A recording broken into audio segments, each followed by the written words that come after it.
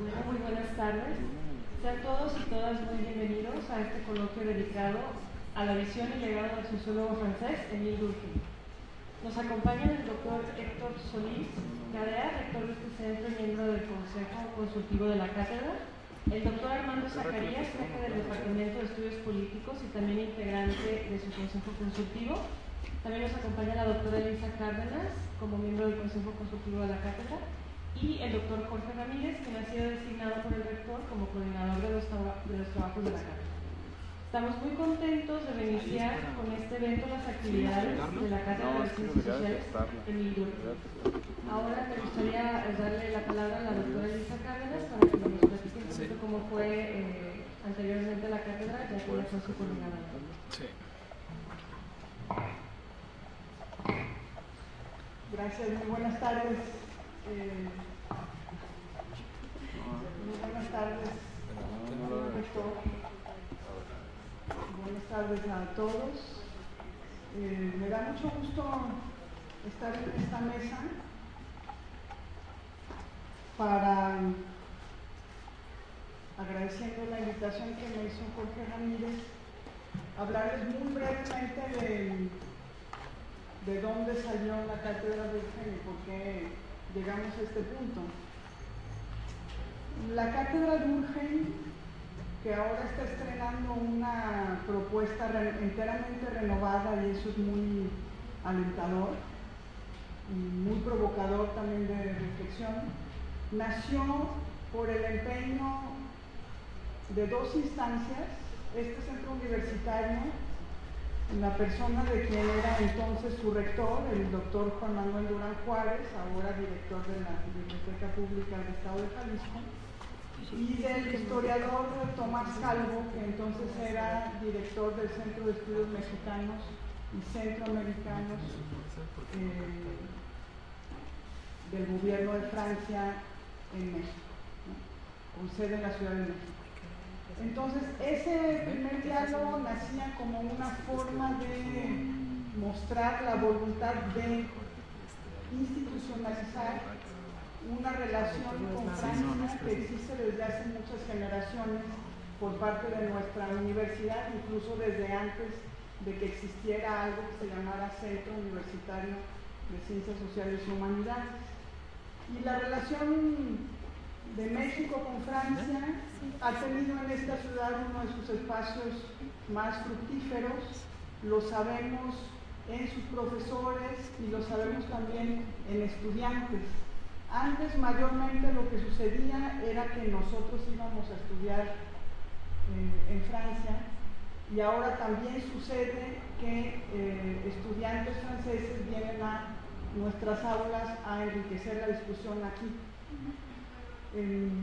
De diversos modos, la Cátedra Durkheim fue sobre todo un espacio en el que recibíamos a colegas de instituciones francesas y conocíamos los trabajos que ellos en su momento estaban elaborando y discutíamos con ellos. Así pasaron por esta cátedra muchos historiadores, pero también antropólogos y sociólogos, para hablar de temas tanto de historia francesa como de historia mexicana y de cuestiones latinoamericanas. Cuestiones de migración, de historia, de sociología del trabajo, de movimientos sociales. Y en ese espacio lo que se fortaleció fue una relación de diálogo no solo institucional, sino también a escalas individuales entre quienes se interesaban por lo que se produce en Francia, tanto en el pensamiento más clásico como en productos más contemporáneos. Y bueno, por razones que rebasaron en realidad la voluntad de este centro universitario, porque sobre todo atañen a las políticas francesas de vínculos culturales, la cátedra suspendió actividades bastantes años, no quiero sacar la cuenta. Lo que sí queda claro es que las relaciones intelectuales con Francia no se suspendieron, y que el interés mutuo tampoco se rompió. Entonces yo quiero celebrar hoy el que, por el empeño de Jorge Ramírez y también de nuestro rector, la cátedra retome actividades ahora con una propuesta, digamos, que tiene un corazón muy tapatío en el arranque, es decir, para arrancar con las fuerzas propias y a partir de allí ir hacia el diálogo con otros autores. Ya hay un programa que Jorge preparó, pero no voy a hablar yo del programa porque sin duda él lo presentará.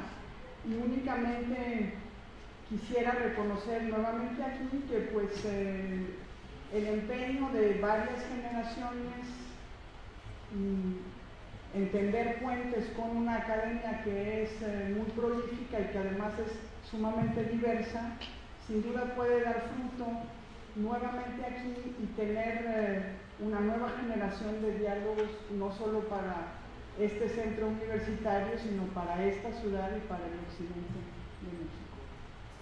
Muchas gracias. Gracias, doctora Elisa. Pues como bien mencionaba la doctora, la cátedra fue creada hace casi 21 años, en abril de 1997, como parte de una iniciativa muy ambiciosa entre la Embajada de Francia en México y este centro universitario, cuyo propósito era fomentar el análisis sistemático y la reflexión en torno a la constante modificación de los paradigmas en las ciencias sociales, contribuyendo a la consolidación de la colaboración franco-mexicana en la materia. Inició entonces una actividad académica muy intensa que permitió tener durante los primeros años a cerca de 20 muy reconocidos catedráticos, entre historiadores, sociólogos, antropólogos, internacionalistas, etc. La cátedra fue un espacio muy dinámico para el diálogo y el aprendizaje en ciencias sociales, con una alta asistencia de estudiantes y profesores, con invitados de gran nivel y una amplia participación de los programas y departamentos del propio centro.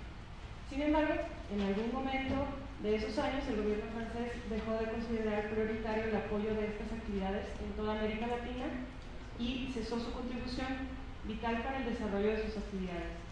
La cátedra entonces disminuyó su ritmo de trabajo, ya solo sostenida por el propio centro y sus redes de amistad y colaboración.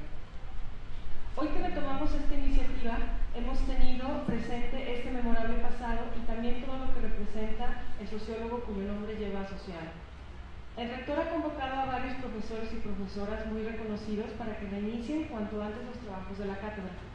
Participan en esta iniciativa mencionados en orden alfabético la doctora Elisa Cárdenas, la doctora Sara Corona, a quien agradecemos que esté presente, Fernando Leal, María Guadalupe Moreno, Cristina Palomar, Héctor Raúl Solís, Juan Pablo Vázquez y Hermano Zacarías. Todos ellos de sobra conocidos por ustedes y que integran su consejo consultivo. También colaboran Melissa Mezcua, Sara Bartielas, Francisco Cortázar, Rosel Leñú y Celia Magaña, quienes forman un comité técnico que tendrá a su cargo la planeación técnica de sus trabajos. Asimismo participa el doctor Ramírez como coordinador y quien habla Sofía Mesa como secretaria técnica. Estamos concretando un conjunto de actividades académicas que esperamos sean de interés de todos los alumnos del centro y tengan el impacto en su vida académica que hemos imaginado. No quisiera darles más detalles en este momento para no demorar el inicio del coloquio, pero créanme que tendremos todas las ganas y la convicción necesaria para que la Cátedra de Ciencias Sociales en Milwaukee vuelva a ser un referente académico en este centro y de la universidad en general. Ahora les voy a presentar brevemente a los participantes del coloquio en esta mesa, aunque realmente ninguno necesita una presentación. Tenemos al doctor Héctor Raúl Solís Garea, nuestro rector, quien es sociólogo y obtuvo su maestría y doctorado en la New School for Social Research en Nueva York. Ha impartido cursos a nivel pregrado y posgrado en distintas universidades y es además editorialista del periódico Milenio Jalisco. Al doctor Armando Zacarías Castillo, quien es jefe del Departamento de Estudios Políticos del CUC, es licenciado en Filosofía y también licenciado en Derecho, cuenta con maestría y doctorado en Ciencias de la Información y la Comunicación, ha sido además profesor a nivel pregrado y posgrado en distintos programas. Y el doctor Jorge Ramírez, quien es psicólogo, maestro en sociología y doctor en ciencias sociales. Sus temas de interés son la teoría social y la metodología y ha estado a cargo de la enseñanza de tradición turkmeniana, sobre la cual ha escrito varios trabajos. Y sin más, le dejo la palabra al doctor Héctor Raúl Solís. Muchas gracias, Silvia. Muy buenas tardes, qué gusto estar en este lanzamiento de la cátedra Emil Durkheim. Pues ya explicó mi querida amiga Elisa, la doctora Elisa Cárdenas, el sentido original que tuvo la cátedra, y estamos muy contentos porque, pues gracias al entusiasmo de Jorge y de otros profesores y del mío propio, pues estamos tratando de darle un nuevo impulso a esta cátedra, y nos da muchísimo gusto ver esta asistencia tan nutrida e interesada, en el mejor sentido de la palabra, a este pequeño encuentro en el que vamos a platicar un poquito acerca de este autor tan importante, Emil Durkheim. Bueno, lo primero que deberíamos de preguntarnos es por qué Durkheim hoy, por qué regresar a un clásico,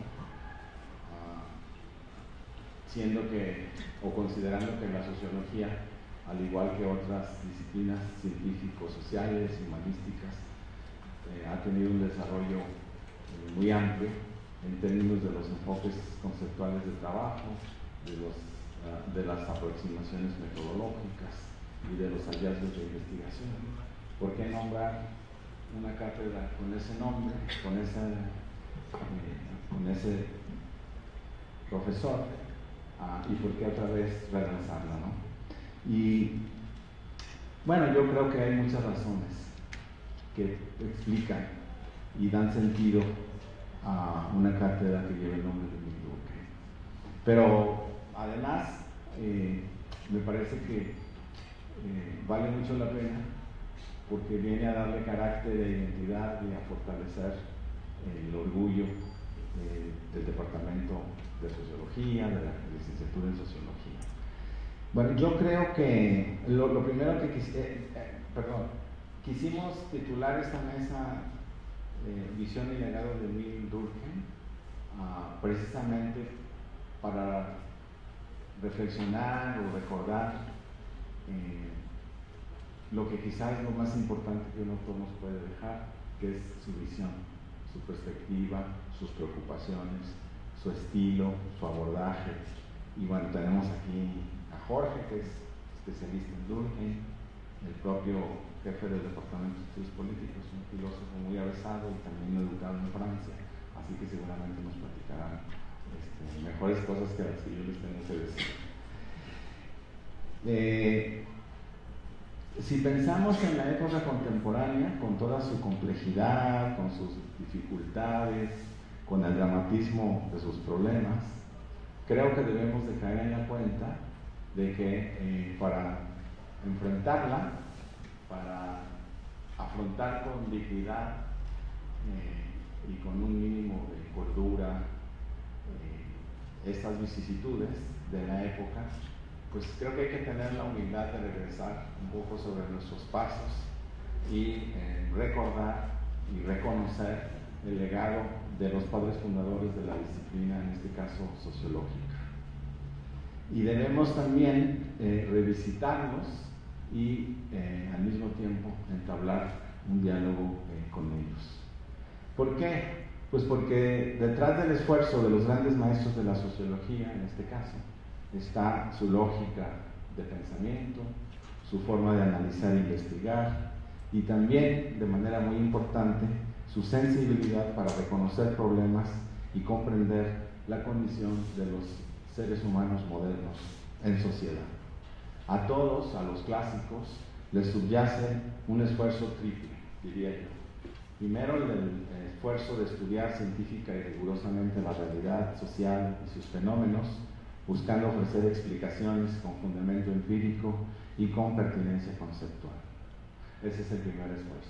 Y Durkheim, por cierto, pues es reconocido como uno de los fundadores del método sociológico moderno, como un hombre profundamente preocupado por el rigor y la cientificidad de la sociología como ciencia, y por dar a esta un fundamento empírico muy sólido.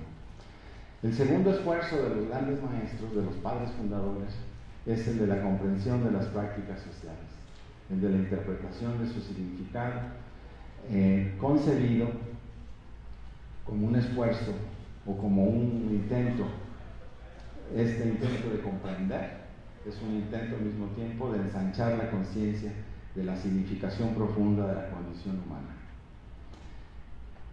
Algunos podrían decir, bueno, Durkheim era un autor más o menos positivista, interesado en analizar los hechos sociales como cosas, en desarrollar generalizaciones a partir de inducciones de análisis particulares y concretos, y al final de cuentas traslada la perspectiva naturalista o fisiológica propia de las ciencias biológicas al estudio de las sociedades.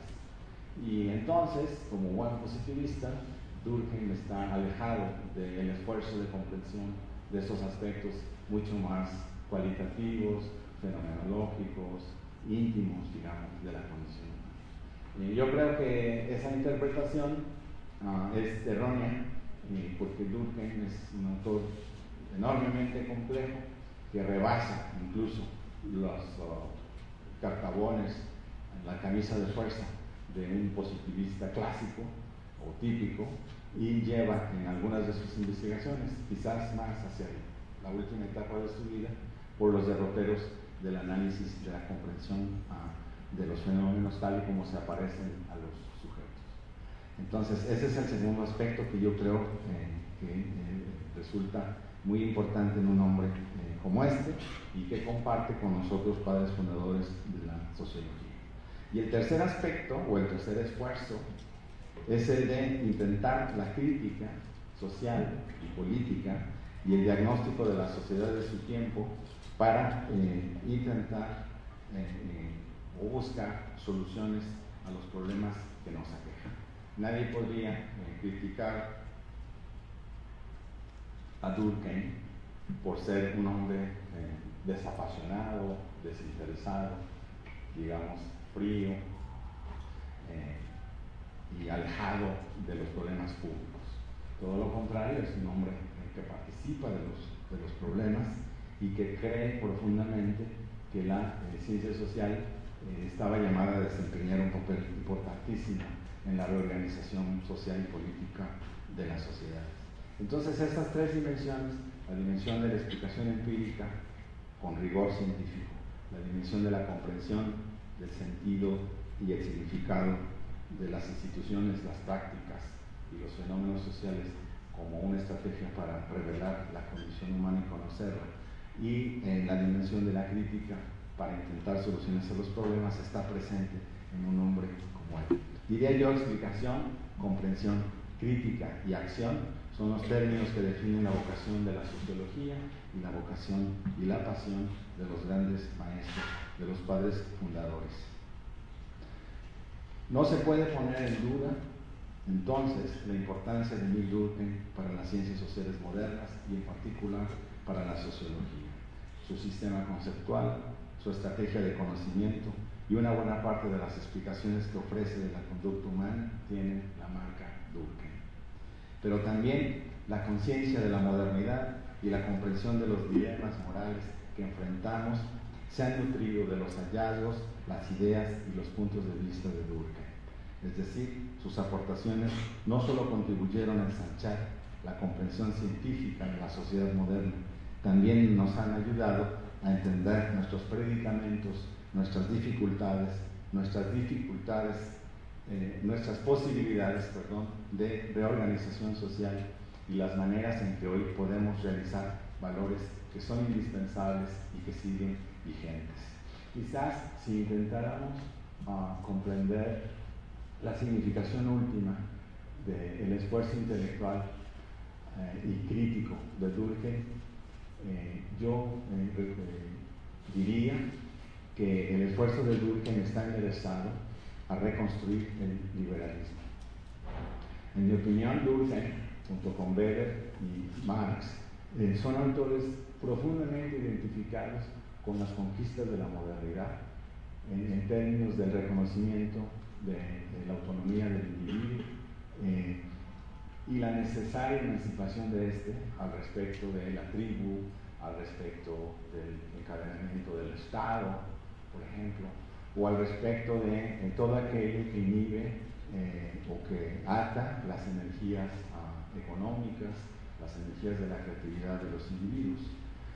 Sin embargo, Durkheim es profundamente consciente de los efectos no deseados, las inconsistencias, diríamos en un lenguaje durkheimiano, funcionales de la sociedad liberal, de la sociedad industrial, la sociedad compuesta alrededor del mito del individuo, del mito del contrato.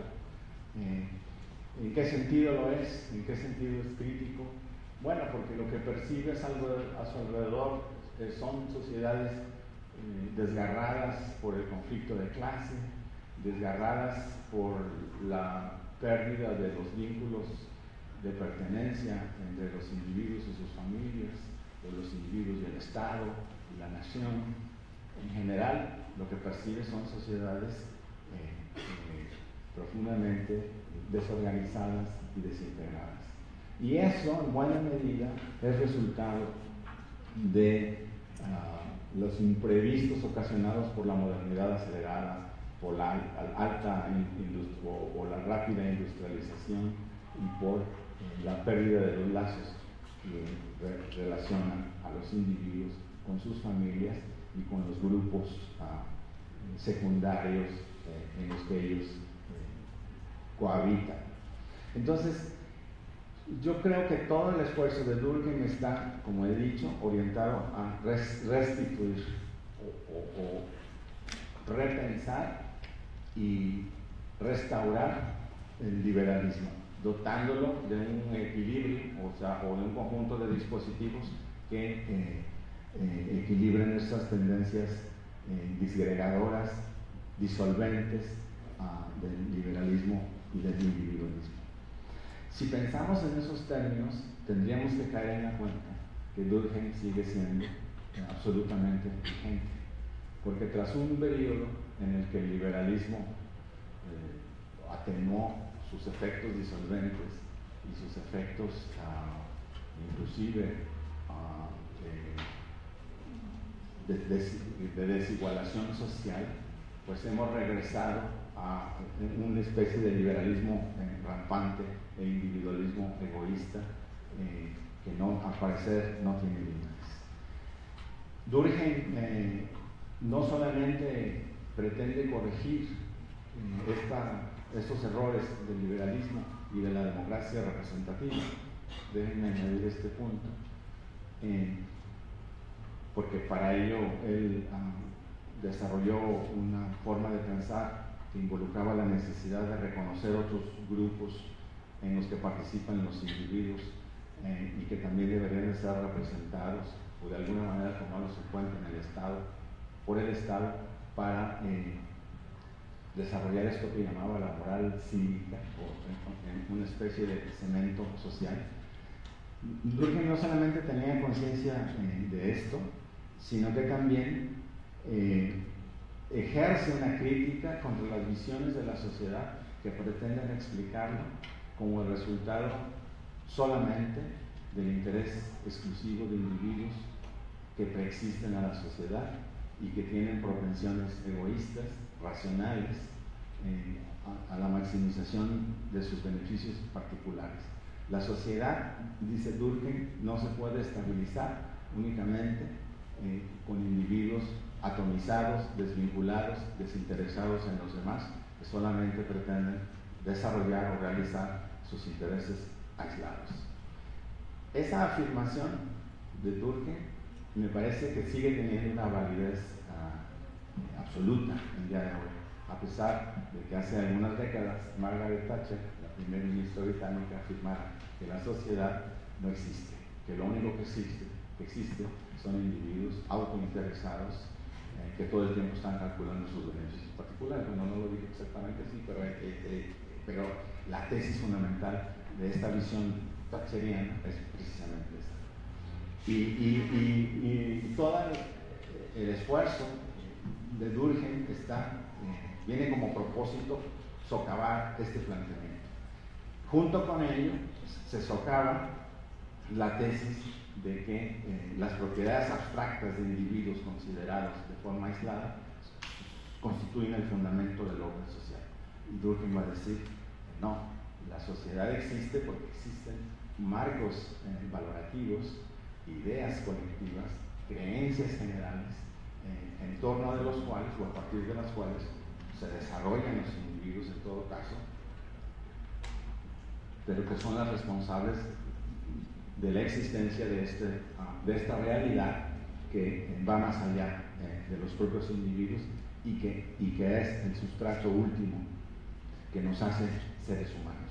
O sea, la condición humana es inexplicable sin nuestro carácter gregario. Creo que ya no tengo mucho tiempo. Entonces me parece que la visión de Durkheim está organizada alrededor de estos dos o tres supuestos. Que las sociedades, los individuos no preexisten a la sociedad, sino que en todo caso son el resultado y el desarrollo de una evolución histórica e institucional, normativa, moral, valorativa. Y el individuo moderno, bueno, es algo que había que reconocer como un hecho positivo. Como he dicho, es un liberal, Durkheim, pero un liberal que entiende que el liberalismo ha cometido excesos y errores, como los que acabo de describir, aunque claro, él no conoció a Margaret Thatcher, pero las tendencias atomizantes, individualizantes y de abstracción en la forma de considerar la relación individuo y sociedad estaban presentes ya en la época de Durkheim. Entonces, eso es lo que yo quisiera plantear en principio. El gran problema, como un segundo punto diría, el gran problema de la sociología es el problema del consenso, de la crisis y la estabilidad. ¿Cómo mantener la cohesión de las sociedades en un mundo que se ha despoblado de las religiones y los dioses, que se ha vuelto profano, racionalizado, con una acusada división del trabajo y especialización profesional, y en el que la fuerza de las creencias colectivas se ha debilitado a manos precisamente del individualismo? Y en cierto sentido también, por implicación de lo que dije hace ratito, del racionalismo científico. ¿Cómo hacer compatible la libertad de los individuos con la necesidad de mantener mínimamente cohesionada la sociedad? Y ese problema lo tenemos aquí de manera flagrante. La corrupción, por ejemplo, pues es una expresión extrema del individualismo. La violencia también. La violencia es el acto probablemente más crudo de falta de compasión y de falta de consideración y empatía hacia las otras personas. De manera que son las expresiones más burdas de lo que Durkheim llamaría la desmoralización, porque yo creo que Durkheim entiende que la sociedad solamente se puede cohesionar y mantener estable en la medida en que existan compromisos morales, compromisos normativos entre los individuos, formas de identificación de estos con los demás, de manera tal que el sentido profundo de la vida de las personas no debe de estar únicamente anclado a las preocupaciones de ellas sobre ellas mismas, sino también a las preocupaciones de ellas, de cada persona, sobre el destino de las demás personas. Eso sí, lo expliqué. Si la religión como fuente de creencias colectivas, el sentido de lo trascendente, el freno moral, ha perdido vigencia, la pregunta cae por su propio peso. ¿Pueden las ciencias sociales suplantarla y servir como fuente de cohesión, estabilidad y certidumbre? Bueno, hoy probablemente Nos puede parecer una exageración creer que las ciencias pueden desempeñar un papel como este. Tenemos más conciencia que en la época de Durkheim o Marx, por ejemplo, acerca de los límites de la teoría y las capacidades explicativas de la ciencia, también de los errores que en nombre de la razón científica se pueden cometer. Además, por si estas precauciones no bastaran, asistimos a un pluralismo de perspectivas conceptuales y a una discusión entre ellas que no parece tener fin. ¿Cómo podría entonces la ciencia social contribuir a recuperar la certidumbre, la cohesión social y la estabilidad si ella misma está atravesada por múltiples controversias y desacuerdos? Tal parece que mientras más se desarrolla la razón científica, más se erosiona la conciencia colectiva, en términos de Durkheim. Entonces vivimos una especie de paradoja. Esta pregunta, con todo, no debe conducirnos a deshacernos de la razón y los principios en que se funda, mucho menos a abandonar la empresa de la explicación científica de la realidad. Al desacuerdo producido en el ámbito de la reflexión científica hay que enfrentarlo con más rigor, con más apertura y mejor disposición para aprender de los errores. Un poco de ironía no viene mal, pero no para claudicar en el esfuerzo del análisis racional de la realidad, sino para afinar nuestros instrumentos de crítica y sobre todo autocrítica, y con ello incrementar las posibilidades de una ciencia social más genuina y responsable. ¿Por qué menciono esto? Porque en la época de Durkheim había una fe, una confianza muy fuerte en las posibilidades de la razón científica. Claro, la razón científica cometió excesos, errores, tuvo insuficiencias, y en nombre de ellas se cometieron a veces alguna que otra barbaridad. Y además dejó de percibir aspectos de la condición humana que se dejaron de lado, y eso también tuvo consecuencias.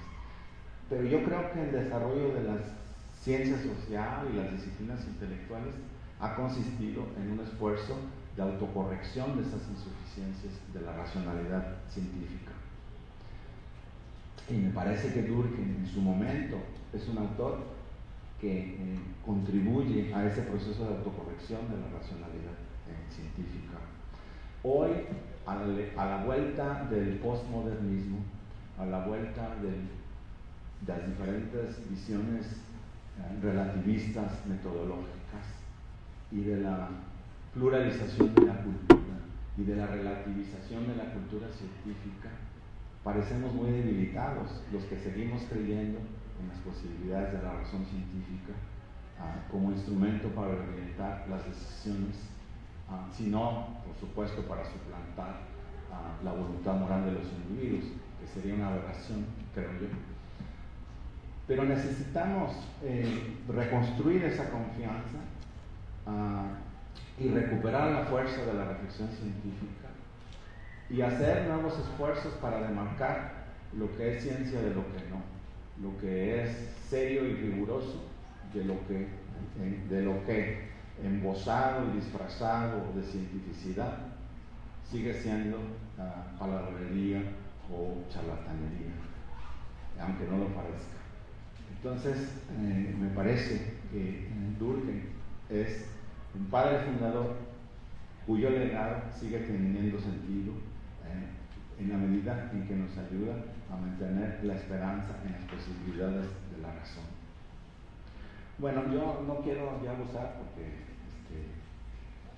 van a hablar Jorge y el doctor Armando Zacarías, pero bueno, entonces yo aquí cerraría mi presentación porque, insisto, no quiero abusar. En síntesis diría, Durkheim es un clásico, un padre fundador que resulta hoy sumamente vigente porque nos ayuda a comprender problemas que se incubaron incluso antes de que él viniera a este mundo. Él nació en 1858, murió en el 1917, pero son problemas que hoy se han agudizado más, y son esos problemas fundamentalmente de la pérdida de la cohesión social, la excesiva liberalización, el incontrolable egoísmo las carencias de la democracia representativa de partidos y en general el egoísmo y la pérdida de compromiso para con los demás. Junto con esto, también seguimos padeciendo distorsiones en la comprensión de la sociedad y su funcionamiento. Si no fuese así, pues los economistas que toman las decisiones de política económica acertarían y tendríamos una realidad social mucho más equilibrada, armónica e igualitaria. Pero resulta que también que ellos están equivocados, me parece, o por lo menos diría yo, en muchos de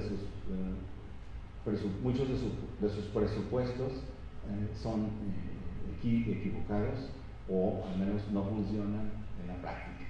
Entonces, de todo ello se nutre, creo, la visión de Durkheim, y el legado es el mismo. El legado es, creo, usar la imaginación sociológica para reconstruir el vínculo social y hacer la vida más plena. Muchas gracias.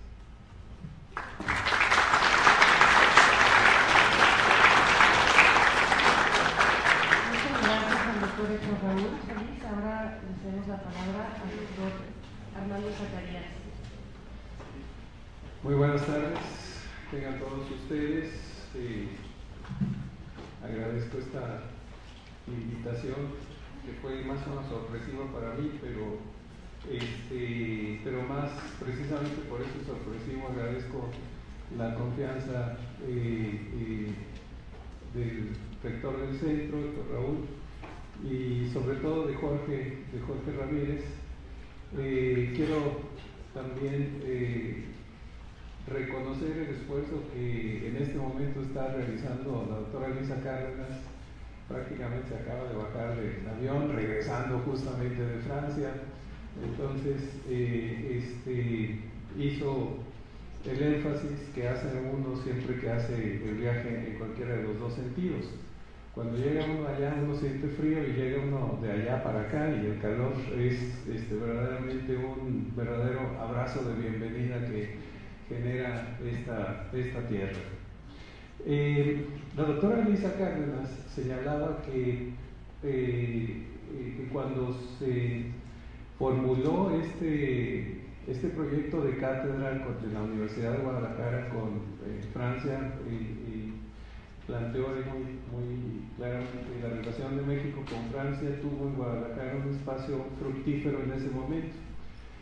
Efectivamente tuvo en ese momento una relación fructífera, tan fructífera que ahora hay bretones mexicanos más o menos en abundancia, cuando no los había en décadas anteriores a los 90. Y en este momento, en esa relación que estaba planteando la doctora Elisa, de que normalmente el sentido, la década del 80, la década del 90, el sentido de formación era de mexicanos yendo a Francia para entrar dentro de la dinámica de la generación y la consolidación del conocimiento,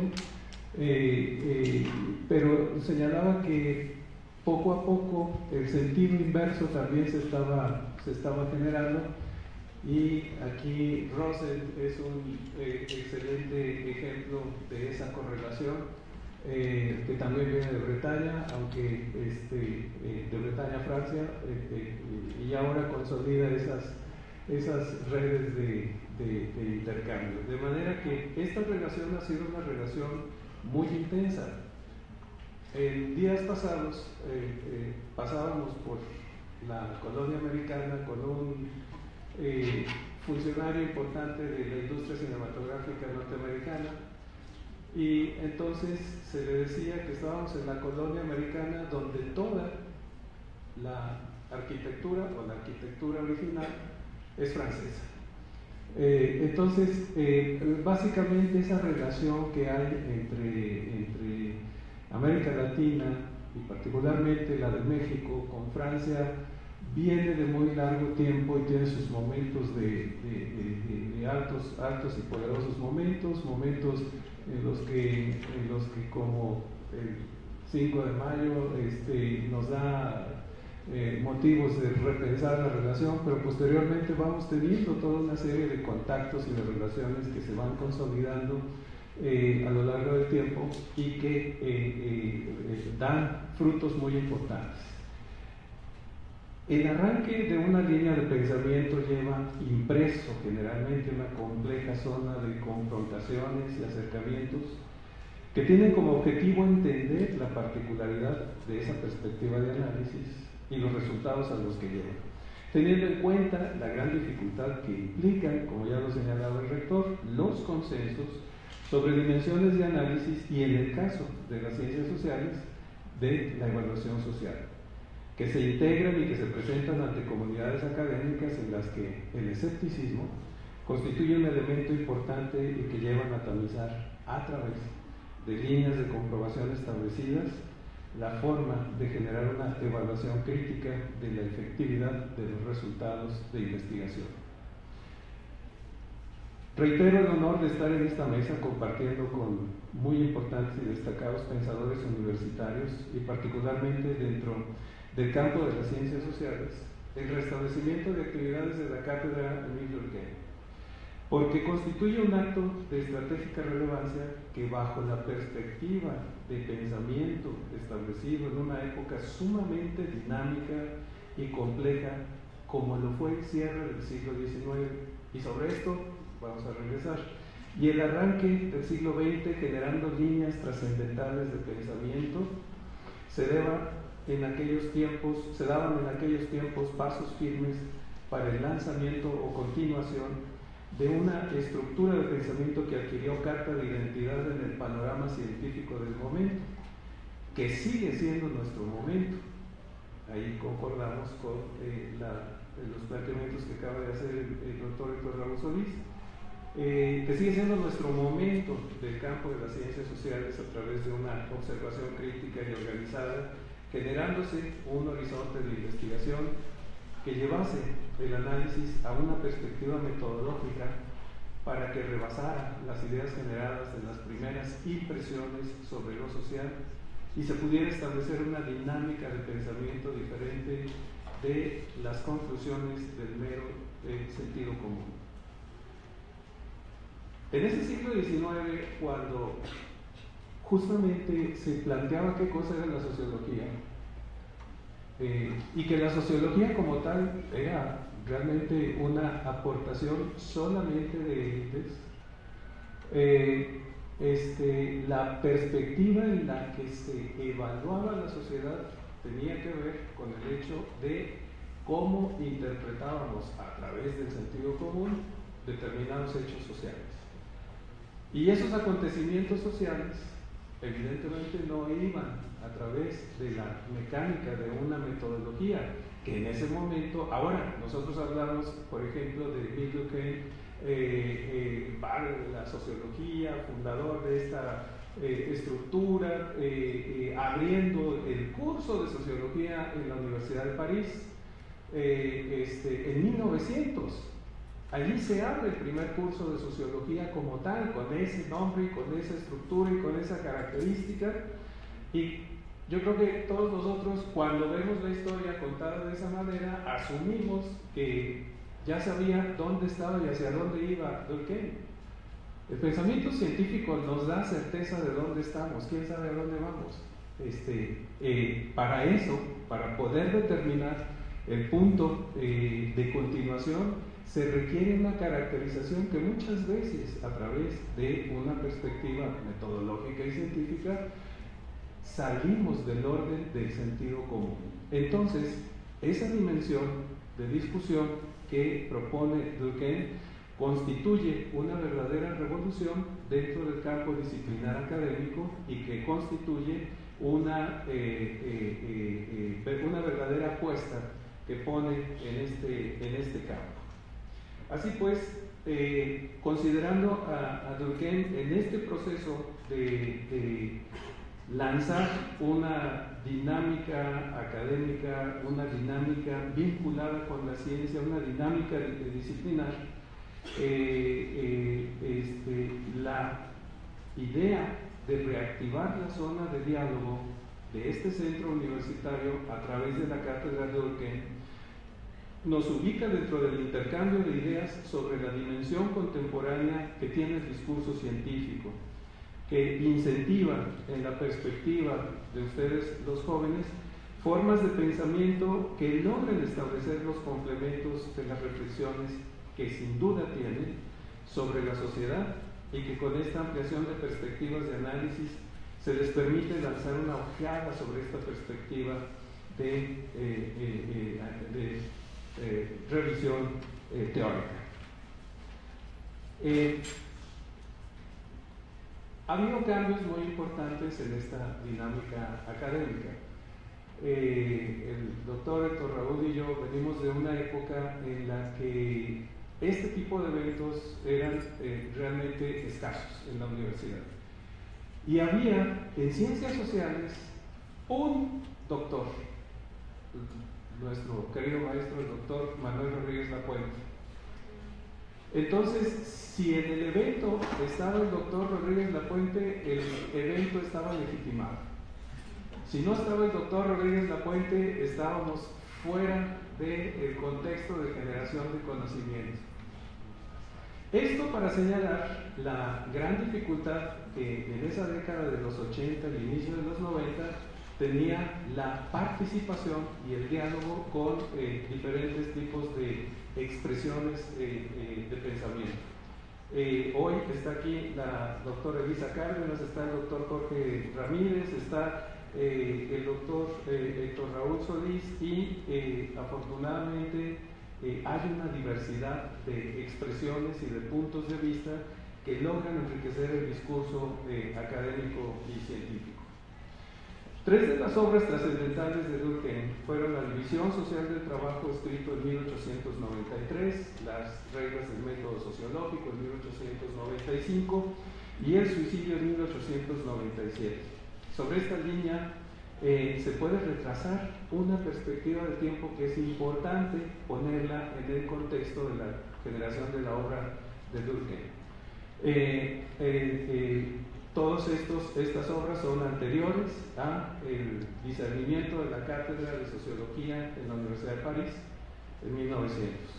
Pero vale de igual forma la pena plantear la dimensión en la que se insertaron en el horizonte intelectual de la época obras.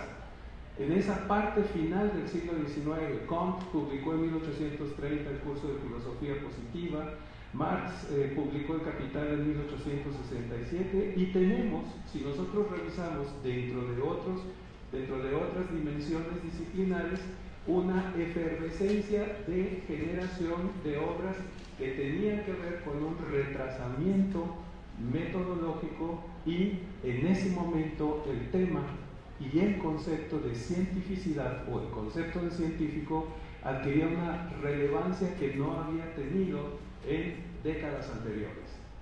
Esto se explica a través de una serie de explicaciones de contexto histórico.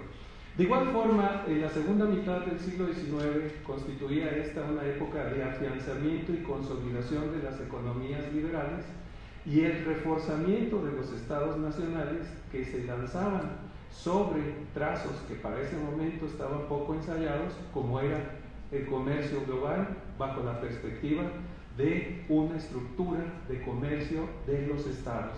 Y con ello, en la misma perspectiva de los hechos, la transformación de las sociedades europeas en una dimensión que generaba un poderoso contraste con lo que se denominaba el antiguo régimen. Constituía la separación definitiva de condiciones históricas que, si bien estaban presentes en algunas partes de Europa, como lo eran los vestigios sociales medievales, la forma Estado reconfiguraba y replanteaba el modelo de desarrollo social. El siglo XIX es un ciclo, y ahí, perdonen la línea de formación en comunicación que me introdujo Armand Matelar, y que precisamente el acercamiento a Durkheim fue a través de la comunicación en una serie de seminarios en París 8.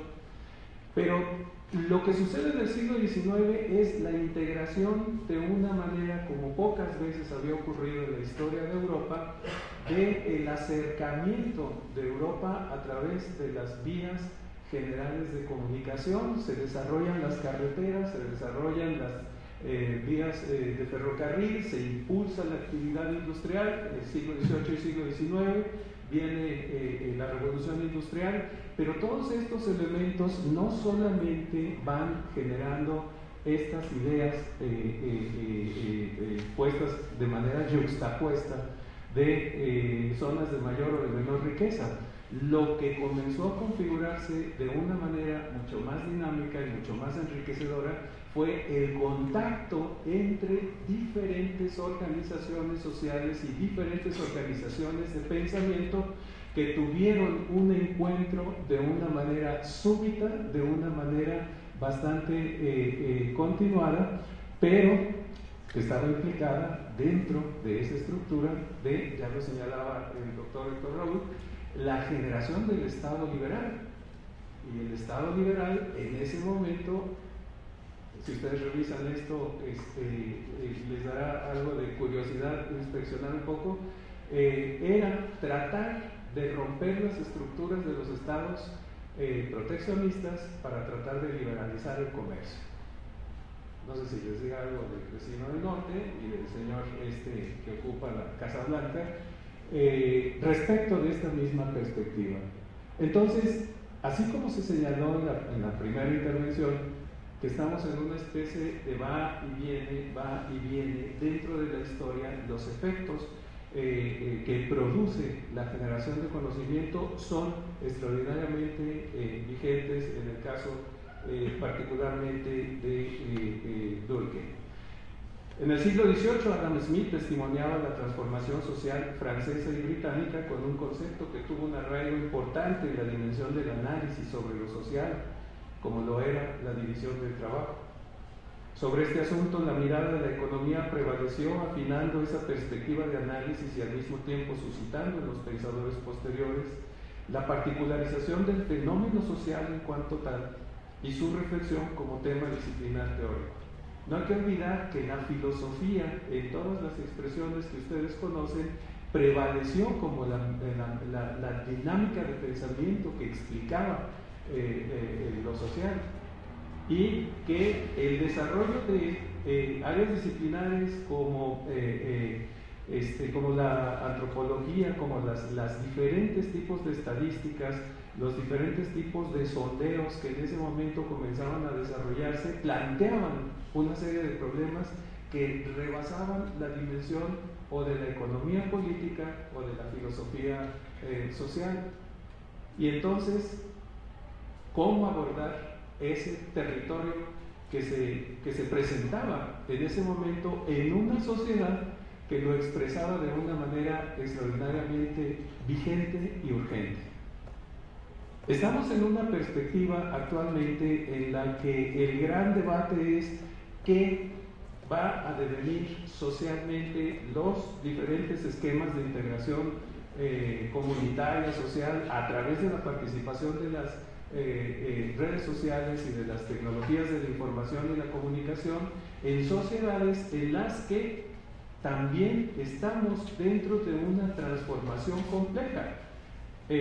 La sociedad mexicana en 1960 teníamos 48% de analfabetas, esa era la población. Ahora tenemos un escenario totalmente distinto, pero en 1960 contábamos con 65 millones de mexicanos. En 50 años hemos tenido un crecimiento exponencial a 120 millones de mexicanos.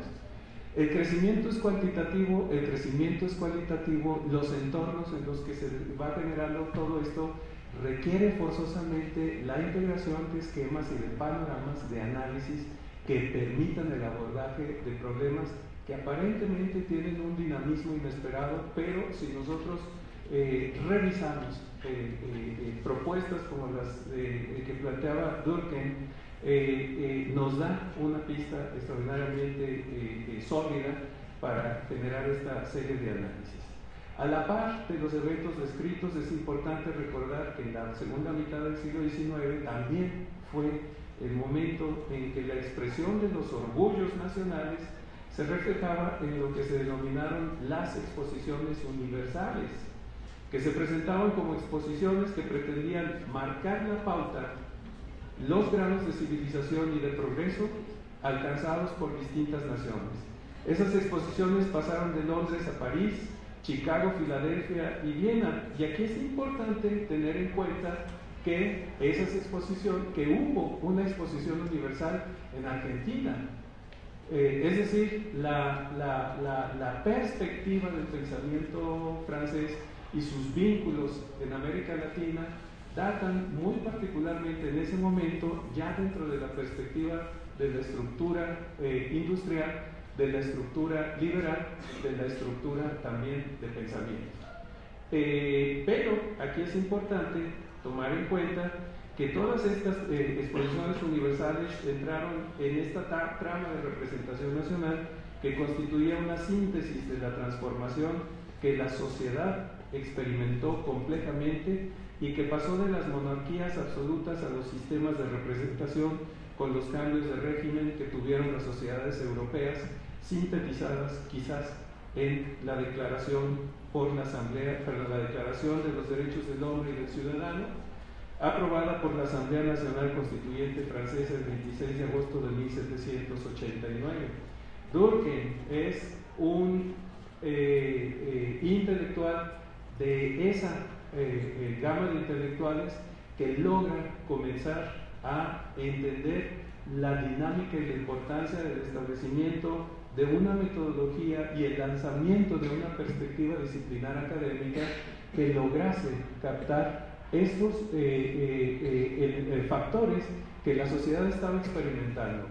Ese desgarramiento señalado por Héctor Raúl Solís respecto de cómo las sociedades comenzaron a experimentar súbitamente un escenario complejo tenía que ver forzosamente con esa integración de los antiguos territorios en los nuevos territorios, pasados por tecnología, pasados por un desarrollo demográfico distinto y pasados por una estructura de relación interna dentro de cada una de las sociedades en las que el poder y la estructura de representación del poder y de ejercicio del poder tenían una serie de elementos con una importante urgencia para revisarse.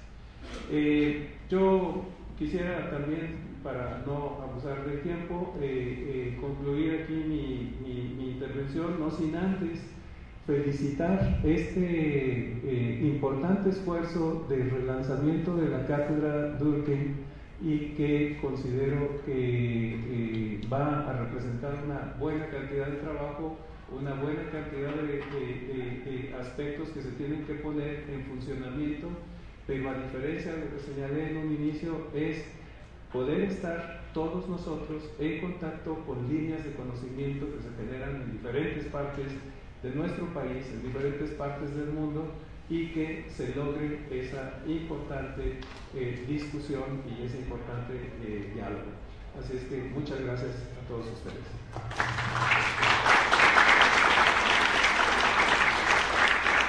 Muchas gracias, doctor Armando Zacarías. Y ahora finalmente le cedemos la palabra al doctor Jorge Ramírez. Gracias. Lo primero que quiero hacer es hacerles a todos ustedes un agradecimiento por estar aquí. Podrían estar haciendo otra cosa más fantástica y sin embargo están aquí acompañándonos y eso quiero agradecerlo. También quiero agradecer al rector su iniciativa, su entusiasmo de que esto reiniciara de alguna manera. Tuvimos algunas prácticas desde hace tiempo para que esto volviera a funcionar y aquí estamos. Digo hace tiempo, pero en realidad es mucho más tiempo de lo que podríamos decir, porque quizá ustedes no sepan, pero hace casi 30 años que conocí a Héctor Raúl, un poquito menos, estoy exagerando, vamos a decir 25 años. Yo era un psicólogo, estaba a punto de terminar la carrera, un psicólogo feliz en su profesión, y conocí a Héctor Raúl casualmente en algún curso, no es que sea muy viejo, es más bien un sociólogo joven, y entonces él me dio un curso que fue muy importante para mí, y creo que en parte eso me hizo luego volverme sociólogo. Hoy me siento más sociólogo que otra cosa, y se debe a Héctor, y digamos, esta cátedra de alguna manera es una continuación de esas pláticas iniciales que teníamos sobre la sociología, digamos, desde hace un buen tiempo. Entonces, no hace poquito que estamos preparando la cátedra, sino es una conversación desde hace bastantes años. Quiero también, pero ambos somos jóvenes, más bien empezamos muy temprano a platicar. Y entonces también quería agradecer a todas estas personas, profesores, profesoras que se convencieron de que esto tenía sentido y están apoyando la cátedra. Ya las mencionó Sofía, Andrea, Sara, aquí en el presidio está Elisa, el propio Héctor, también Armando, Elisa está por allá, está Rosen, y por allá hay otros que nos pudieron acompañarnos, y sobre todo está Sofía, que también aceptó sumar esta idea, todos digamos de manera honorífica, para que esta cosa empiece a funcionar de nueva cuenta. Entonces, pues quiero agradecerles a ellos que hayan estado interesados en que esto vuelva a funcionar, y la verdad nos pone muy felices porque, digamos, salvo aquel desliz con la psicología, yo me siento muy feliz con la sociología. Ustedes son sociólogos, la mayoría que están aquí, entonces estamos en casa, todo feliz, bien. Y la idea pues de esta ceremonia era como tener un acto de reapertura de la cátedra, digamos no formal, no burocrático, sino haciendo, digamos, una charla en torno a este sociólogo, un sociólogo que, pues, como han visto aquí por lo que hemos comentado, no nos resulta indiferente, ¿no? Creo que no es un anacronismo estar dedicando una cátedra a Durkheim. Obviamente nosotros no la bautizamos así, estamos heredando un proyecto que tiene una historia muy grande, como escucharon ya por Elisa y por Sofía. Pero digamos, el nombre, al menos a mí me siento bendecido con el nombre de la cátedra. Entonces creo que nos viene bien, y hay varias razones para eso, ¿no? Obviamente, decirlo, pero eso es como muy obvio, Durkheim es un clásico de la sociología, pero es mucho más que eso, digamos, su figura como profesor.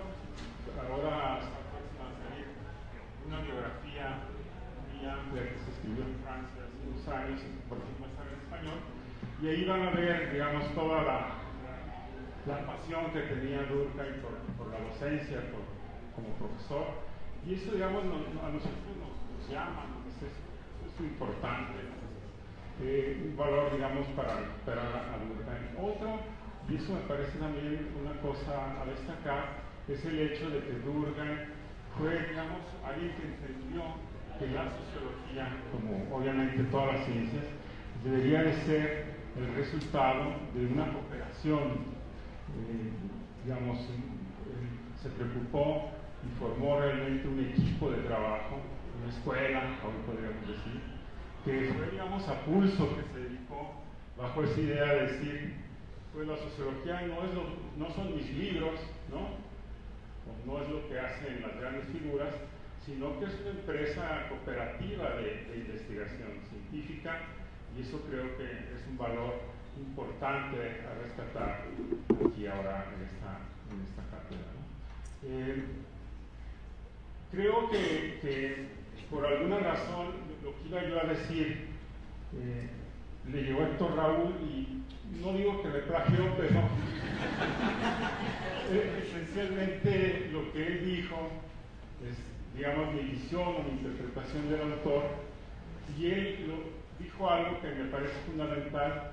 Lo voy a repetir, hay algunas palabras mías, pero creo que esencialmente Eso es la síntesis de lo que es la idea de Durkheim, de la sociología de Durkheim, cuando creo que Héctor Raúl dirá, fueron sus palabras diciendo que la defensa de la sociedad como un antídoto contra las fuerzas disolventes de la modernidad, ¿no?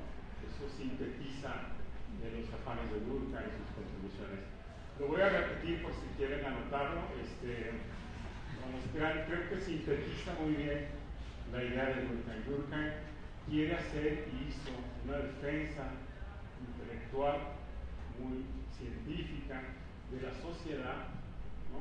Como un antídoto contra las fuerzas disolventes de la modernización que, digamos, hacia el fin del siglo XIX eran bastante evidentes, bastante claras y poderosas, ¿no? En el siglo XX esas fuerzas disolventes se moderaron un poco, ¿no?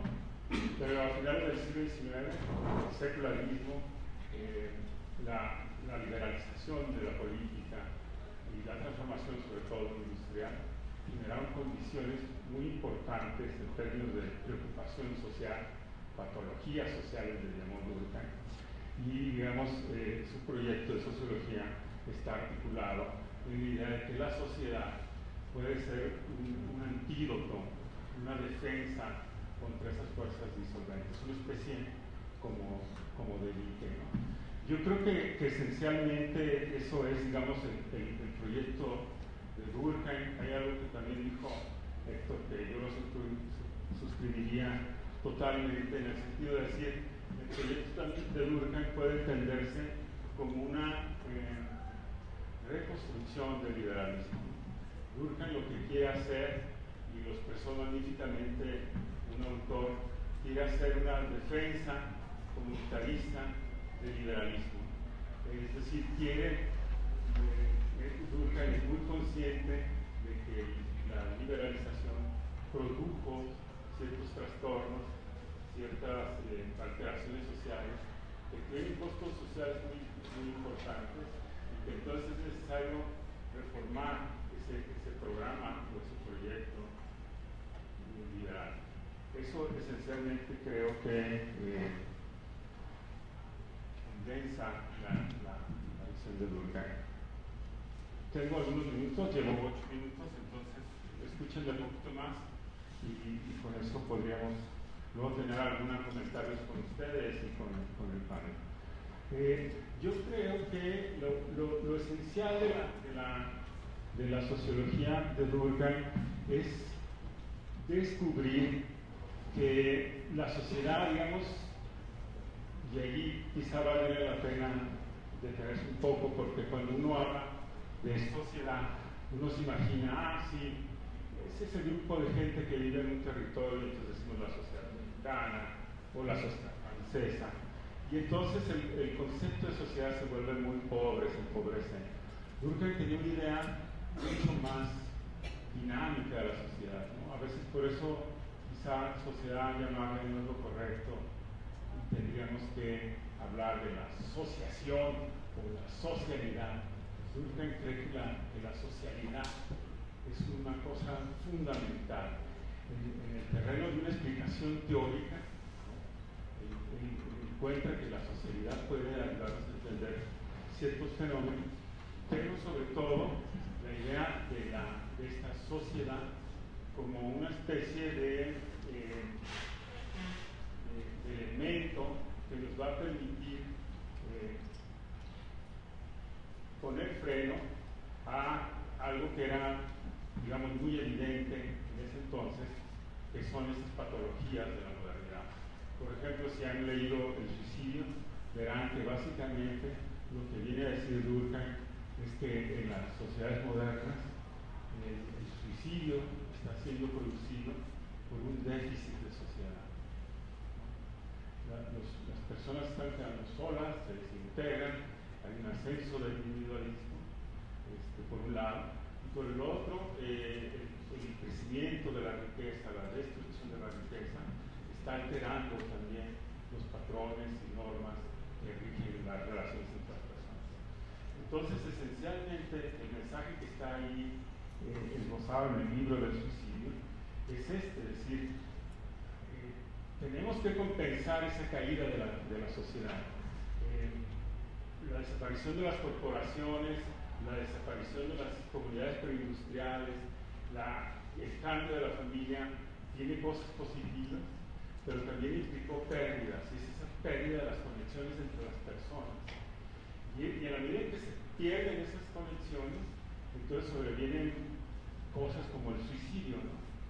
Y el punto ahí que me parece también a destacar es la idea, lo señaló Héctor, en el sentido de decir, pues el sociólogo no solamente tiene que diagnosticar esto que está ocurriendo, sino que debe de proponer, a manera de un consejero, ¿no? Nunca se sintió un redentor saliendo a la calle a que, digamos, la sociedad francesa le hiciera caso de manera autoritaria en el programa que él creía, pero él esencialmente imaginó una receta para curar eso, que es, pues vamos creando más sociedad. Si el problema de la modernidad es que hay un déficit de sociedad, pues pongámosle más cucharadas de sociedad para que la cosa mejore. En realidad, esa idea anticipa lo que luego podríamos llamar una teoría de la sociedad civil. Durkheim no cree en las soluciones de mercado, de hecho, me parece es un antiutilitarista tremendo, odia todas las explicaciones economistas, y le parece también que el Estado es una entidad muy lejana a los individuos. Entonces, el único que tiene, digamos, la solución mágica, si la hay, para los problemas de la modernidad es la misma sociedad. La sociedad, digamos, constituyéndose como un espacio de cohesión, un espacio de autorregulación. Eso es básicamente lo que quisiera decir sobre Durkheim. Gracias.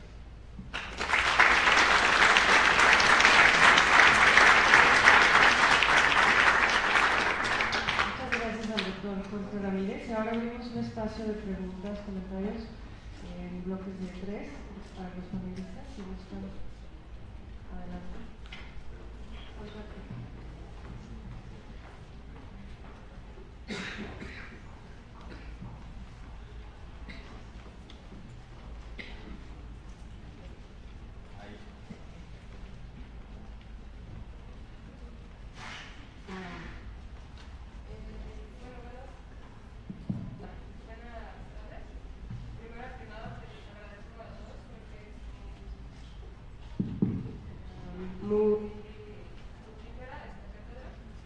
Y bueno, mi comentario o duda, no sé,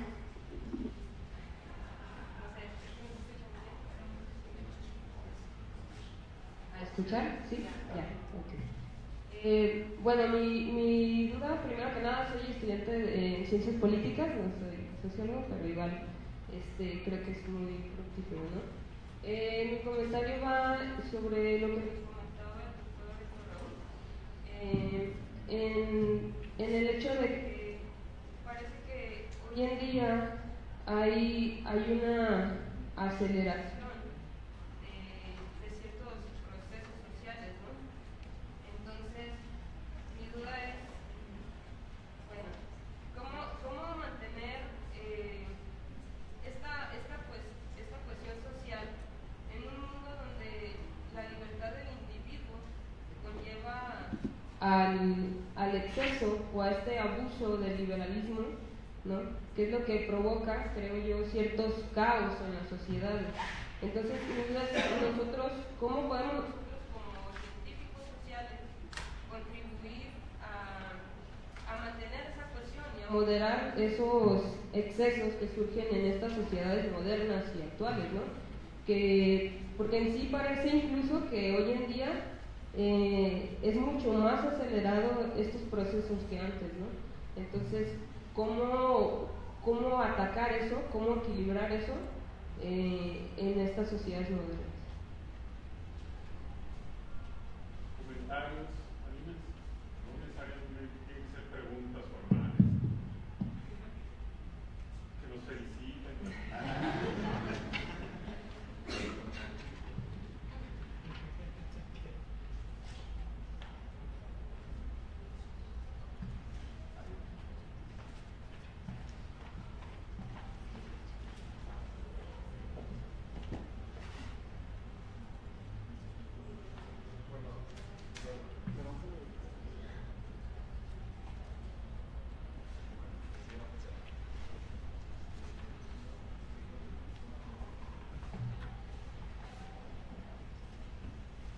Bueno, muchas gracias. Me gustó mucho la cátedra, la verdad la disfruté bastante.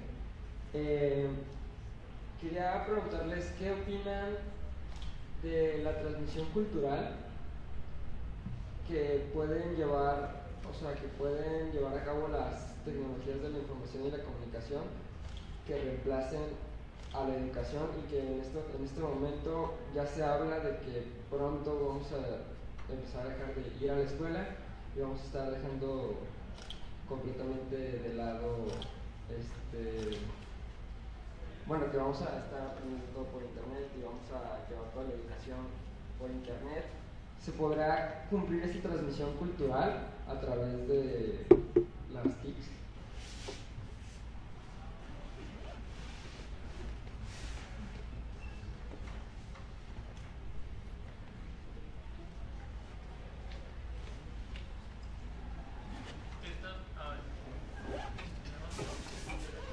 Bueno, también es una pregunta acerca de la tecnología de la información y la comunicación y cómo ayudan a desocializar o este proceso moderno de acumulación y autodeterminación incesante. Es decir, ¿lo agravan? ¿Qué diría Durkheim si viniera y se diera cuenta de los procesos acelerados de las TICs? Cerramos el primer bloque acá con una última pregunta y luego les damos la palabra a la mesa.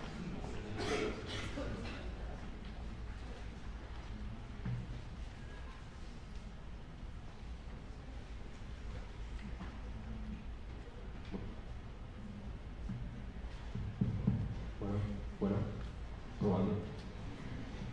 Buenas tardes. Estaba escuchando con atención que al principio de la cátedra se dijo una frase que iba orientada a la cuestión en relación a ¿cómo se dice? A la pérdida de esta cuestión debido a que los colectivos ya no tenían como una creencia en común, por así decirlo, ¿no? O sea, ellos tenían una especie de moralidad que compartían en común, como las religiones, que les ayudaba a darle cohesión social. Pero entonces yo me pregunto, eso es parecido como a las religiones, ¿no?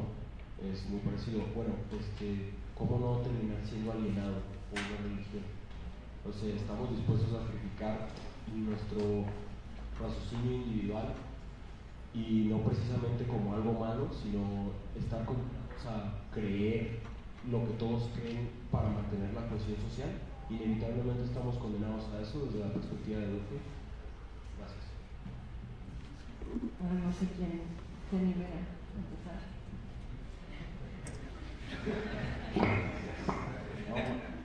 Me parece muy interesante todas sus preguntas. Muchísimas gracias.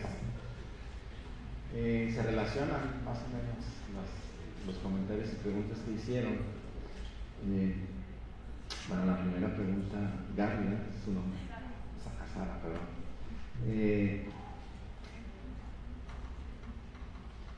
¿Cómo mantener la cohesión social cuando la libertad de los individuos es tan exacerbada, ¿no? Pues es la pregunta que no se ha podido responder. Es decir, a lo mejor teóricamente se puede intentar ensayar una respuesta, pero pues ha sido el reto de sistemas sociales, religiones, credos morales, sistemas pedagógicos. Durkheim, yo creo, no era de ninguna manera un hombre nostálgico o que creyera que es posible regresar a un orden premoderno. Si bien muchas de sus investigaciones estuvieron marcadas por el interés de conocer cómo se mantenían cohesionadas las sociedades llamadas primitivas o antiguas, o incluso también tenía gran curiosidad por la forma en que en la Edad Media funcionaban los gremios. Sabía que ese retorno al pasado era imposible, y además creo que hubiera dicho que era indeseable, porque Durkheim pues era laico, republicano, y saludaba con beneplácito las transformaciones positivas de la modernidad, entre ellas el surgimiento del individuo, aspecto que también podríamos considerar que lo compartía, por ejemplo, Carlos Marx y el propio Max Weber, hablando de los tres, la tríada de padres fundadores. Hay otros de la sociología. Entonces no es exactamente nostálgico, sino que es un hombre que reconoce la importancia de la libertad del individuo y del enriquecimiento en la subjetividad humana provocada precisamente por esas, digamos, conquistas de la modernidad. Es una cosa extraña porque ciertos comentaristas sobre la obra metodológica de Durkheim y teórica asumen que para él la sociedad tiene una preeminencia ontológica sobre el individuo y que el individuo es un portador de estructuras y que en realidad no hay acción ni agencia, sino que los individuos son receptáculos de normas y reglas morales generadas en el proceso general o producidas en el proceso general de la vida social. No es tan claro, y allí estamos en una frontera entre las aseveraciones, digamos, técnico-científicas, entre comillas, de Durkheim y sus presupuestos más bien de orden ético, normativos y morales. Porque si exacerbamos la visión holista o sistémica, funcionalista, pues pensamos que el individuo es un portador de mecanismos estructurales, es un sujeto a la manera de una especie de engrane o de tornillo de la sociedad. Luego entonces el individuo no es libre. Pero no es tan claro, porque yo creo que Durkheim sí reconoce la diversidad de usos, de costumbres, de visiones del mundo acarreada por la modernidad. Tan es así que dice que la modernidad ha producido un tipo de sociabilidad distinto al de las sociedades premodernas, la llamada solidaridad orgánica, o que implica la complementariedad funcional de individuos especializados, con oficios diversos y que tienen maneras de pensar también muy distintas. La erosión de la conciencia colectiva no es otra cosa que el surgimiento de un individuo que razona distinto. Si la sociedad moderna está constituida por individuos que razonan distinto, entonces se vuelve muy inestable, porque en cualquier momento puede surgir el desacuerdo y las visiones encontradas. Entonces eso vuelve a la cohesión un problema. Pero además está el otro todavía problema mayor. Creo que no es casual que Jorge haya mencionado la palabra, él dijo los individuos de pronto se ven solos, y la sociología y en general el ensayismo filosófico social ha insistido en la soledad como una condición de la vida de los seres humanos contemporáneos. El paso de, digamos, la pérdida de la conexión de los individuos con la sociedad provoca esos sentimientos de soledad, de desarraigo, de orfandad, que llevan a las condiciones más extremas, como el suicidio, por ejemplo, ¿no? Pero entonces, Durkheim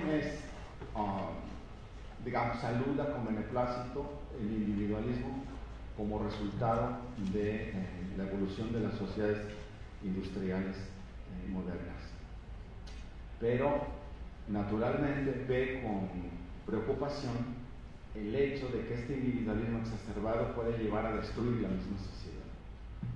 El tema es cómo procurar que los individuos sigan existiendo como tales, es decir, como entes diferenciados, distintos, al mismo tiempo que contribuyen hasta a reproducir la sociedad como algo que los supera, que está más allá de ellos, pero que les procura una especie de cobijo moral, una especie de sentirse como en casa, digámoslo así.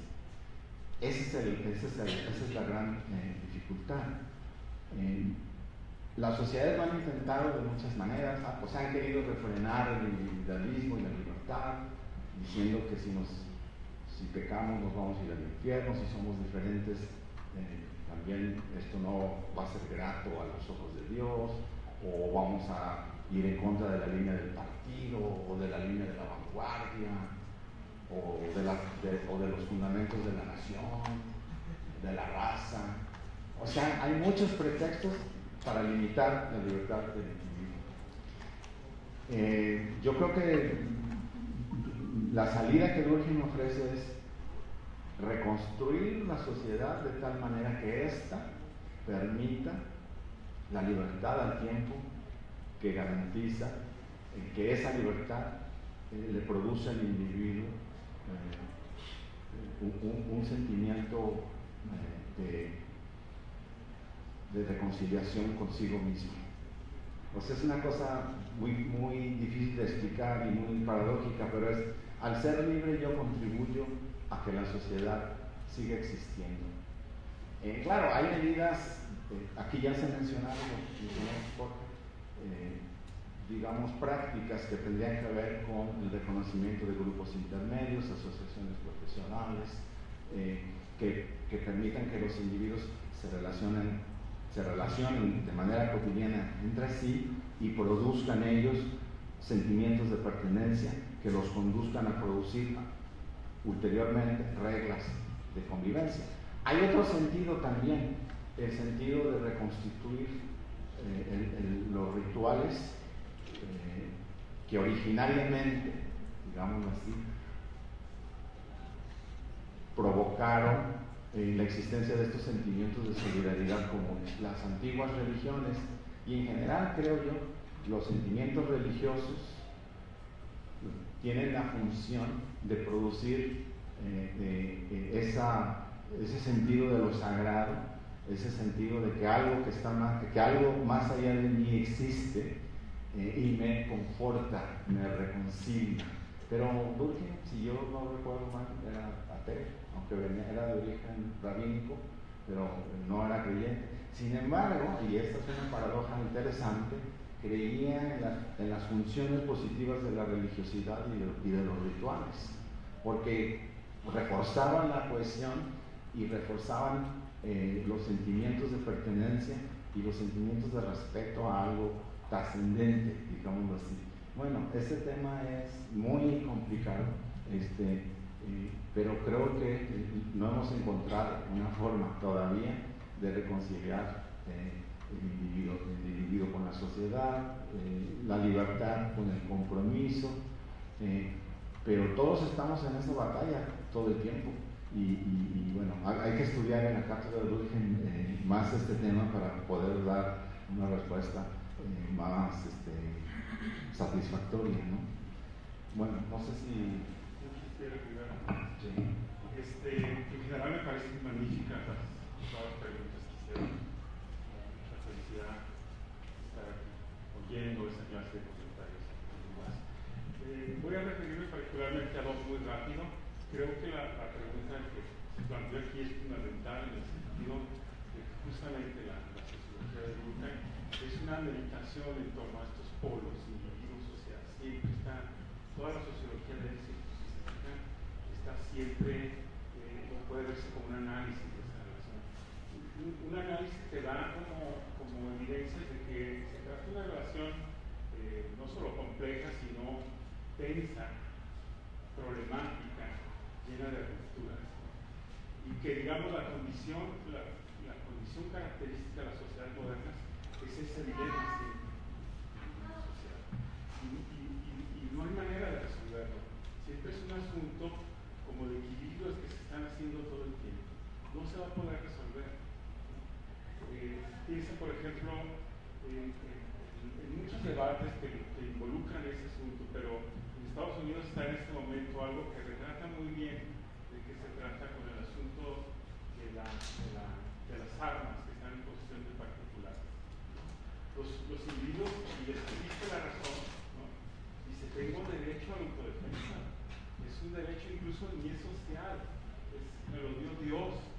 El primer deber con uno mismo es defender siquiera tiene que pasar por la sociedad. Es digamos, una posición sumamente individualista.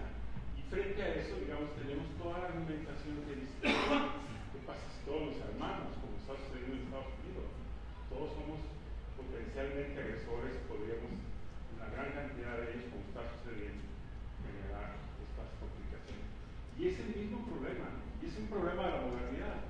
¿Cómo concilias, digamos, esa expansión de los derechos individuales con, digamos, condiciones mínimas de cohesión, de articulación social? Eso me parece una pregunta genial. Hay otra más que muy aguda en el sentido de decir, bueno, Durkheim defendía las religiones por el efecto cohesivo, ¿sí? Pero fíjate que la visión de Durkheim es mucho más fina, porque lo que encuentra es que realmente las religiones siempre han existido y siempre van a existir, aunque no tengan dioses. Es curioso. Las religiones realmente es ocasiones donde surge lo sagrado y ciertas ideas, ciertos objetos se vuelven intocables. Y para eso realmente no tenemos que pensar en iglesias de cemento, perdón, en religiones con iglesias, cultos establecidos, sino simplemente ahí donde las corrientes de opinión se prestigian. Estamos en el ascenso de un movimiento religioso, extraordinario. De hecho, por ejemplo, tú cuando formulas esta observación, estás participando en una comunidad de ideas que eventualmente tiene como sagrado ese principio, es decir, ¿por qué no ser anticlerical? Esa es, digamos, una postura de Durkheim. Yo quisiera agregar más Yo quisiera agregar un comentario porque hicieron dos preguntas más sobre el tema de la transmisión cultural de la tecnología, de las tecnologías de la información y la comunicación que van a probablemente reemplazar a las universidades, y cómo las TICs erosionan la vida social, ¿no? También. Pues desde el punto de vista de Durkheim, yo creo que se podría interpretar esto como, o reformular en términos de que probablemente la tecnología, o sea, ¿qué tanto la tecnología es enemiga de la sociedad? O sea, individualiza, separa, evita el contacto humano, evita la presencia, digamos, subvierte todo aquello que podría generarnos un sentimiento colectivo de pertenencia y de sacralidad de lo sacro. Es una pregunta. En Japón muchos jóvenes tienen problemas porque pasan literalmente años encerrados en sus habitaciones y todo lo resuelven por internet, pero se vuelven profundamente antisociales, pierden sus habilidades de conexión con otros individuos, con la sociedad. Y eso me lo dijo un vicerrector de la Universidad de Kanda. La Universidad de Kanda manda estudiantes de Japón para acá y de aquí también van para allá, por cierto. Y él decía eso, decía, es que tenemos un problema, le llaman tecnoenfermedades, algo así. Pero uno podría entonces pensar que la tecnología está desarrollando a los individuos. Ahora cada vez más los aparatos tienden a sustituir a los empleados, ¿no? Ahora pronto los automóviles ya ni chofer van a tener, de forma tal que probablemente se esté generando una sociedad mucho más individualista, mucho más atomizada.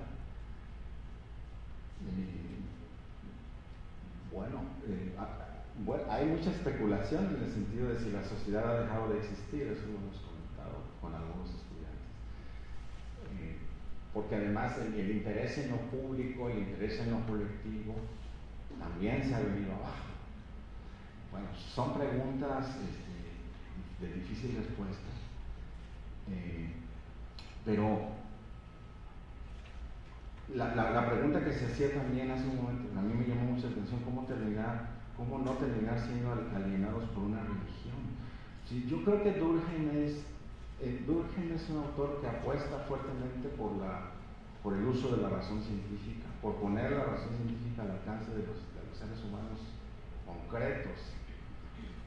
pero mi conocimiento no me alcanza para decir hasta qué punto él hubiera considerado que en el fondo también la razón científica erosiona y colapsa la dimensión moral de los individuos.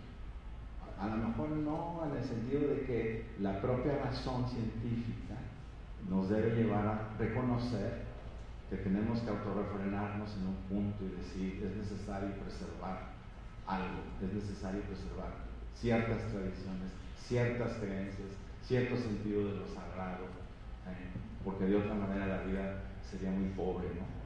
Entonces, pues yo pensaría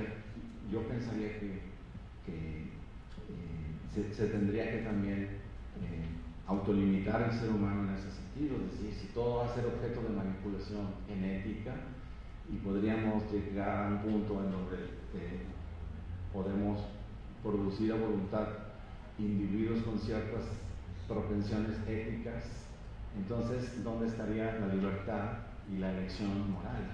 Seríamos una especie de robot predeterminado, preprogramado, y en ese sentido no seríamos libres y no tendría valor ni tendría virtuosismo, digamos, portarse dignamente o decentemente.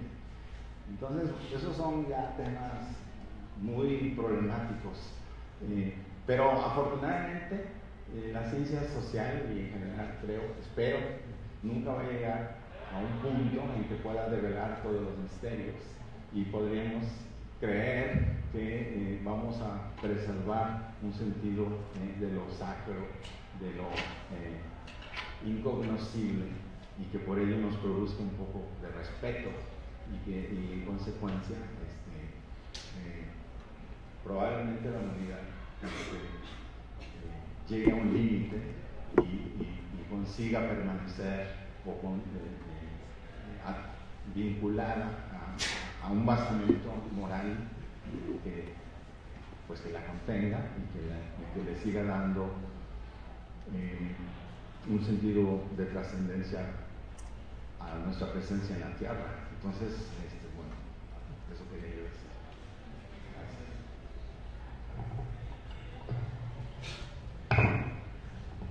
Muchas gracias.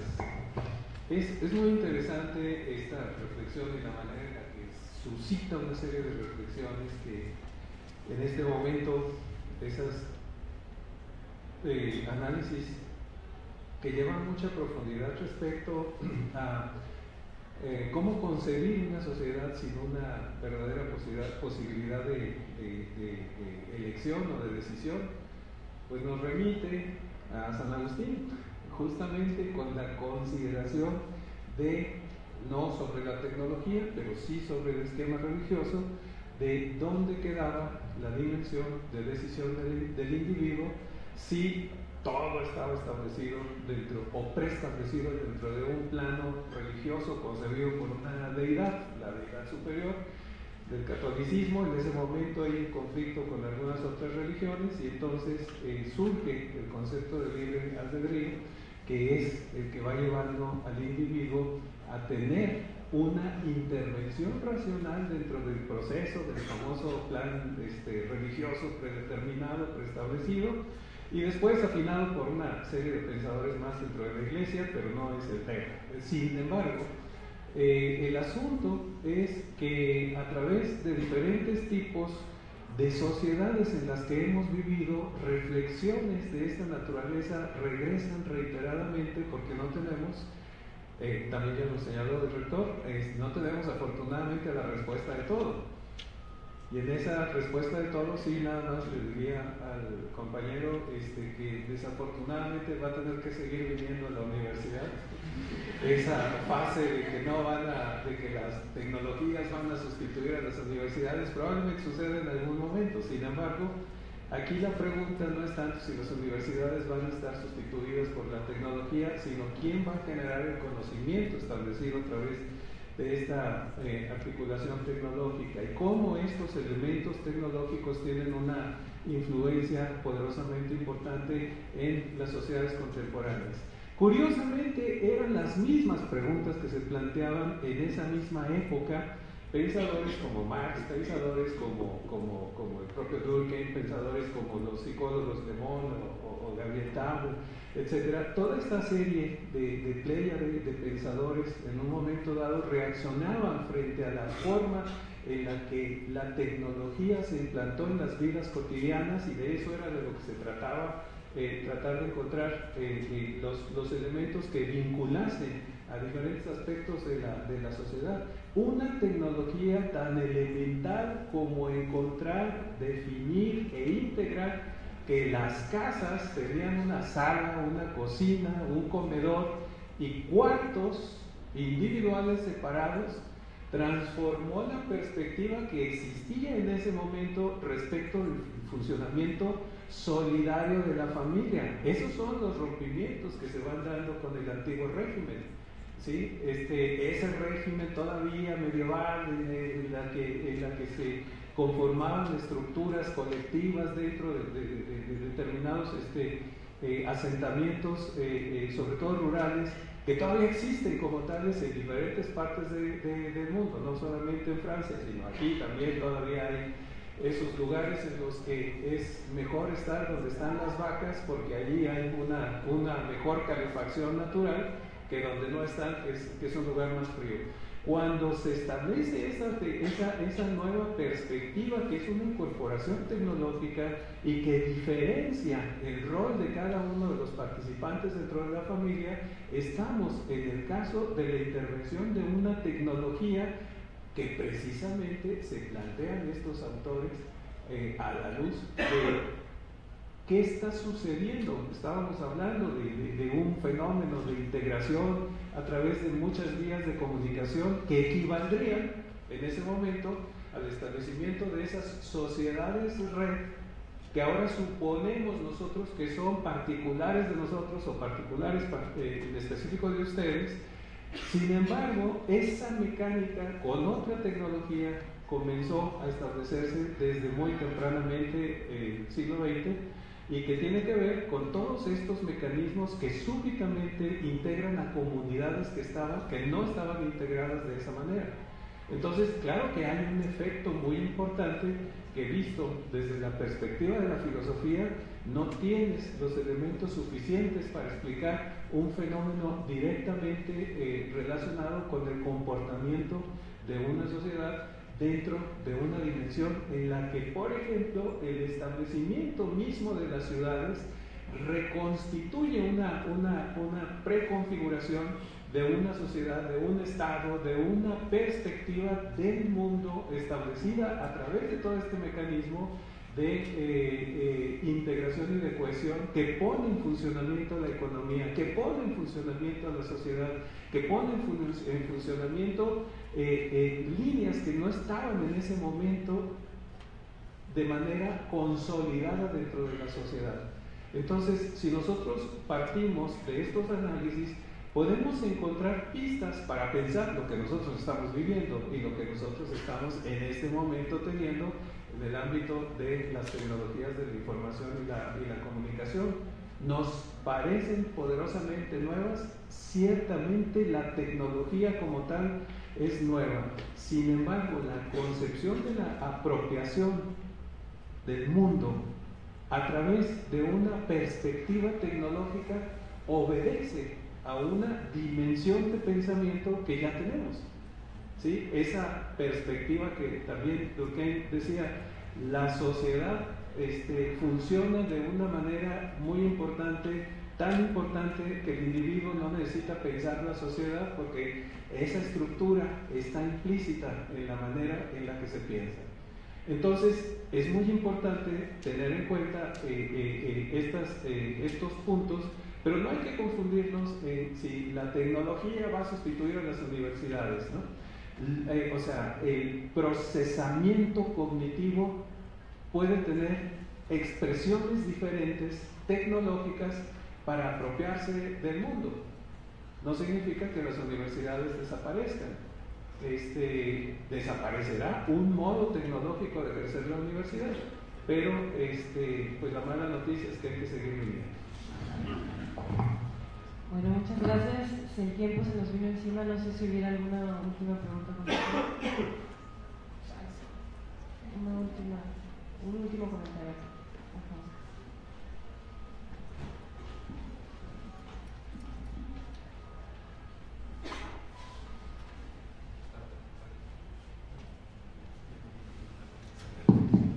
Hola. Pues entonces felicitar y agradecer a los panelistas, a los profesores, primero por la iniciativa y en segundo porque como estudiantes les puedo asegurar que es un aire fresco